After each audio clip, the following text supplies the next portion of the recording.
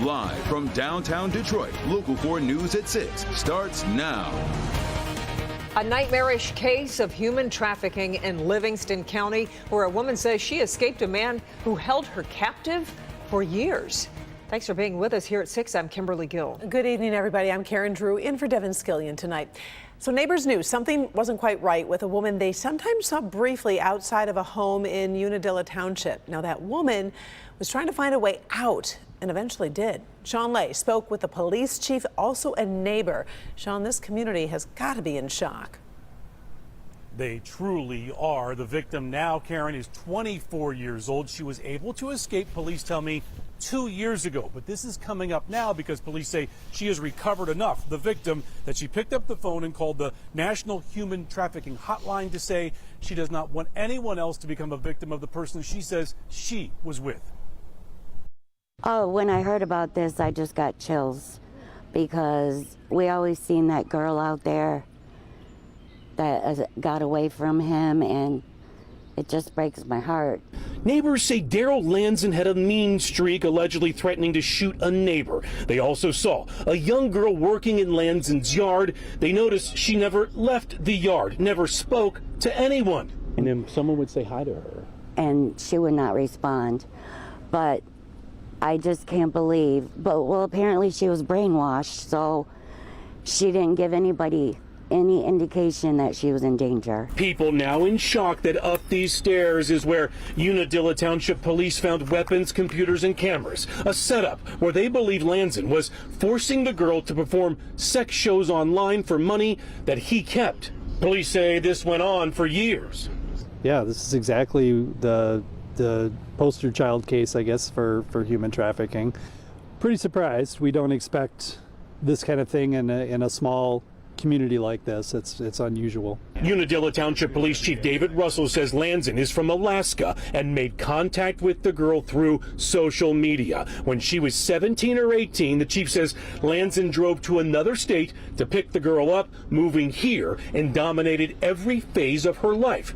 But in the end, during those forced shows online, the girl was able to indicate to someone watching that she was in trouble. And she was able to connect with somebody who was willing to help her, and she coordinated a time to be outside when this person would be outside, and she was able to sneak away from him and get in the car and flee the area. And it just breaks my heart what she went through, but I'm glad she got away. She eventually did get away, according to police. Now, in addition to the allegations here, there's allegations of beatings and sexual assault. So let's get to the charges here. Criminal sexual assault, multiple charges, plus unlawful imprisonment and more. On your screen right now, the National Human Trafficking Hotline. There is the number on your screen. Karen, we'll put it out on our website. Click on Detroit.com, along with lots of information about the subtle signs to look for if someone is in a similar situation. We're live tonight. Sean Lay, Local 4. So important to notice those signs and report those, because obviously there's some questionable scenarios that we see sometimes every day, and we don't really acknowledge that. So thank you so much, Sean. We appreciate it. New information tonight about a story we first reported in January when a 5-year-old little boy was found outside in freezing cold weather and later died at the hospital. The boy's mother, Derica Fleming, is now charged with involuntary manslaughter, which is a felony. The Macomb County prosecutor says Fleming put her son to bed in their Clinton Township apartment, then left the home to speak with an upstairs neighbor. That's when the boy wandered outside in frigid conditions and was eventually discovered in a nearby park. Fleming faces up to 15 years in prison if convicted. Well, the time between Memorial Day and Labor Day are known as the 100 deadliest days for teen drivers. More than 30% of deaths involving teen drivers across the country actually occur during that time period, according to AAA. Megan Woods joins us now live. And Megan, the stats are even more alarming for Michigan. That's right, Karen. So when we're talking about Michigan, every year, an average of 64 teen drivers die in a crash, and 36% of those crashes happen during these deadly 100 days. And then on top of that, a national study done by the Zebra shows that Michigan is the most dangerous state for teen drivers. So what do parents do? Well, we spoke to AAA, and they have a few suggestions or a few ideas for parents. Take a look. For 19-year-old Nia Trueheart, sometimes getting behind the wheel, it is nerve-wracking because some people don't be paying attention. It's even more nerve-wracking for her mom, Kimberly Trueheart. But I always tell her she has to watch out for the other driver. Then there's the fact that there are more orange cones and barrels up this year. She's coming here to work, she's in construction. If she's coming home, she's in construction. If she's going to the mall, she's in construction. Together, they're proactive. Sometimes if you have to deviate from the expressway, I want to make sure she knows how to go. So we kind of talk about where to go, where's the safe places to go, and where's not the safe place to go. But it is alarming to hear those 100 deadliest days for teen stats. People have passed in car accidents around my age, so it is sad to hear that. A spokesperson from AAA says this time of year, teens are out of school and hanging out more. Distracted driving is an issue for teen drivers, distraction from cell phones, infotainment centers, but the main distraction for teens are other teen passengers. Her suggestion, set up the GPS before pulling off and being more involved as your teen learns how to drive. Be aware of where your teens are going and who's with them while they're out driving. And this is the hard part. AAA says that parents, grandparents, aunts, and uncles, when teens are in the car, you set an example. So that means no distracted driving, no speeding. So that way they learn from you as they are getting that driving license or that permit. And so they can get that information from you and you lead by example. They also have an online tool. We'll put that on clickondetroit.com. Reporting live, I'm Megan Woods, Local 4. So important to have those conversations with those teen drivers. All right, thank you, Megan. New research shows many Michigan pet owners are not following the rules. That especially applies to renters. It's estimated about 234,000 pets are living illegally in rental housing, meaning tenants aren't disclosing their pets to their landlords. Another important number, 87% of pets are not licensed.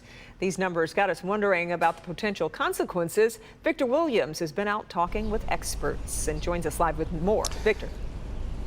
Yeah, Kimberly, we're talking about hundreds of thousands of people who really have no idea they're doing anything wrong. Some of them we spoke to today, but the bottom line, believe it or not, is that's the truth. According to a study recently published by agentadvice.com, about 234,000 pets are illegally living in rented homes across the state of Michigan. That means a good amount of landlords have no idea that some of these animals are living on their property. I think the honesty would be the best thing, or not have a dog there at all. But as it turns out, not registering your dog or pet in general is against a law that's been in place since 1919. It can also land you in some hot water, according to attorney Todd Russell Perkins. Failure or refusal to comply results in misdemeanor with fines between $10 and $100, and or no more than 3 months in the county jail. The American Veterinarian Medical Association says that only about 13% of pets were licensed in 2018 nationwide, meaning there are likely more Michiganders breaking the law than you think. Including myself, including myself. It's still good law, but it's kind of like, almost like spitting on a sidewalk. I don't know if they've reversed it. But what exactly are the benefits of registering your pet? First off, it's a way for the state to keep records intact. There's actually a form that you need to fill out. Otherwise, we don't know who the pet belongs to. Another reason is that it's also a way for you to keep track of your pet. Most of the time, the registration happens alongside microchipping, for better or worse. Whether they want to be reunited with them, or if, God forbid, they did bite somebody, then they would be able to find the owner and find out if that pet has had a rabies vaccine. But attorney Perkins believes the 1919 law should be updated with some clarification, being that it was put in place over a century ago. There needs to be more information to the general public about what to do, how to do it. And one thing to keep in mind is that every time you move or you get a new pet, you need to update your paperwork with your vet. Victor Williams, Local 4. Yeah. Okay, Victor, thank you. Those dogs at that dog park were so darn cute. Oh, right? I know. It looks like they're just loving it, the sunshine out there today, Kim. Yeah, it's a good night to take the dogs to the dog park. It's not even muddy paw season. It's been so dry. Temperatures right now are falling just a bit. 85 degrees this hour in Pontiac. It was 87 last hour and down to 82 now in Mount Clemens. Still well above normal for this time of year, which is only 75. But we pay a price for all this warm, hot weather. We've got unhealthy levels of ozone. So there is an ozone action day tomorrow, also an air quality alert. It is for sensitive people, seniors, people with asthma. It includes all of southeast lower Michigan. And you'll probably hear me say this for the next couple of days, as I don't really see things improving, because temperatures will heat right back up again into the upper 80s to near 90 degrees tomorrow. And we're not done there. Take a look at the temperature trend. We'll be warm for the weekend, but oh, look what happens Tuesday and Wednesday. We get back down closer to normal again, which is 75.